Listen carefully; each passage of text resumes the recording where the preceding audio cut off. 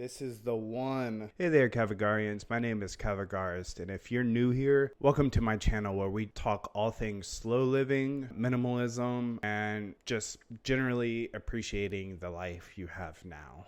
In today's video, we're going to talk about the 10 principles of minimalism. I recently got brought onto this idea by a friend of mine that I'm a minimalist myself. I really didn't think about it too much. It was like just kind of an abstract idea for me, but they really put in perspective that I am actually a minimalist.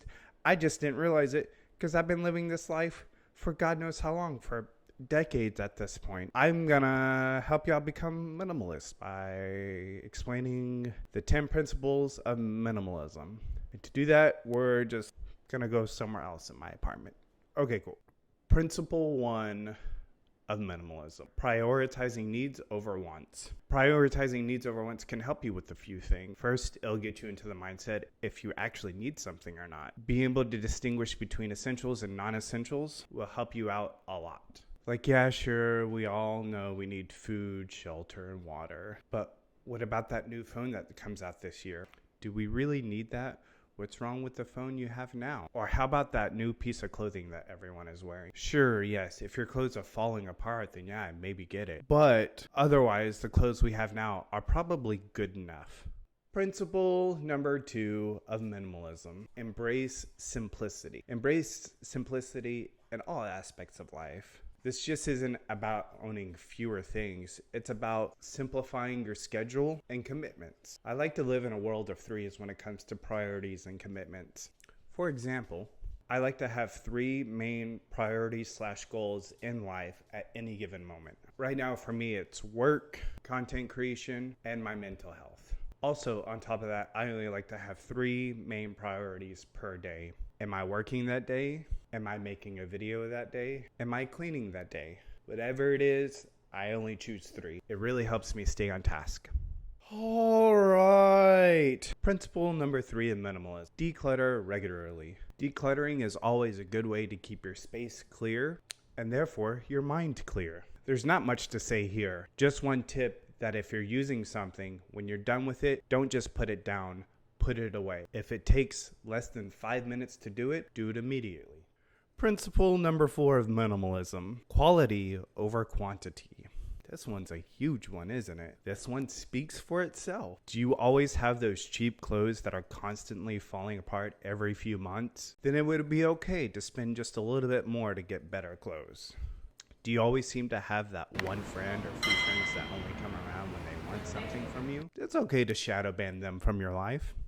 Or what about that food in your kitchen that goes bad way too fast because you don't have the proper storage? Time to upgrade your kitchen. Principle number 5 of minimalism: mindful consumption. This doesn't only apply to social media and digital consumption, more on that in a moment, but this also applies to things you buy. My rule of thumb before making a new purchase is 1, will this item really benefit me? But also 2, do I feel like I still need this item 2 weeks later? If so, it might be a good buy. I recently bought a pizza cutter after making my own pizzas at home. Did I absolutely need it? Probably not, but it's been extremely useful since I've had it. Principle number 6 of minimalism: limit digital distractions. Hear me out, guys. This one's a big one. I can make an entire video on this one. Comment down below if you'd like to see a video on this one. All I'll say here is delete the social media apps, delete the dating apps. There shouldn't be companies out there solely based on monetizing your emotions. Like, seriously, I think that is just so morally wrong, especially with the dating apps. But the social media apps are just as guilty as for this one, right? They're monetizing your attention, your emotional well-being. Whereas the dating apps, they're just simply monetizing your loneliness. Just delete them. Get rid of them. We don't need them. I don't have them. I haven't had them in years. Yeah. And then also just try to limit your screen time to like 2 to 3 hours each day. I I don't regularly monitor this, but also I know I'm barely ever looking at my cell phone. So I would like to see what mine is. Maybe I'll just like post a screenshot somewhere when I edit this on my screen time recently. We'll put it here. Call me out if I'm completely wrong. I think it's around 3 to 4 hours a day, if not less. Principle number 7 of minimalism. Focus on experiences, not things. For me, this is another big one. You could totally pay for expenses too, but for me, it's the free experiences that are the most enjoyable and the most freeing. Like going on a walk, or going to the dog park. Or how about that D&D group that meets every Thursday night? Flying places or going on that cruise isn't absolutely necessary. Principle number 8 of minimalism. Live with intention. Living with clear short-term and long-term goals, life will be easy to follow and understand. But living with intention doesn't only mean your goals. It also means the people in your life. Keeping in touch with friends is an active task. Don't be afraid to reach out to them and ask to hang out or to get a group night going so everyone can join. Having other people in your life will bring some level of calmness and peace of mind to your life. Principle number 9 of minimalism. Practice gratitude. This one, I'm not even going to read my script. This one is a big one for me. I know what I have written in my script, and I'm just kind of go off the top of my head here. But like practicing gratitude, it is really, really difficult. Like it is so hard. At first, it was a new concept for me, like learning to appreciate everyone and everything around you. It was really, really difficult. But after a while, your mind starts to reframe and you kind of start to see the world for the little things and the good things that happen, right? Because there are thousands and millions of things that go on every day. Sometimes in your life, sometimes not in your life, but you start to learn how grateful you are for all the things you have. And not only that, like the people. You got to think about it. There are an innumerable amount of variables and situations every other person go through that somehow they ended up on the front door of your life. And they're doing whatever they're doing, whether they're yelling at you because they're mad or whether they're giving you flowers or serving you at Starbucks, like whatever. Just so many variables. But the fact that they're there with you in that moment, right? You just got to learn to appreciate that moment for what it is and don't have any expectations. Just be grateful that it's happened, that you're alive, you're breathing fresh air, and just everything is great. Anyways, be grateful, like just love.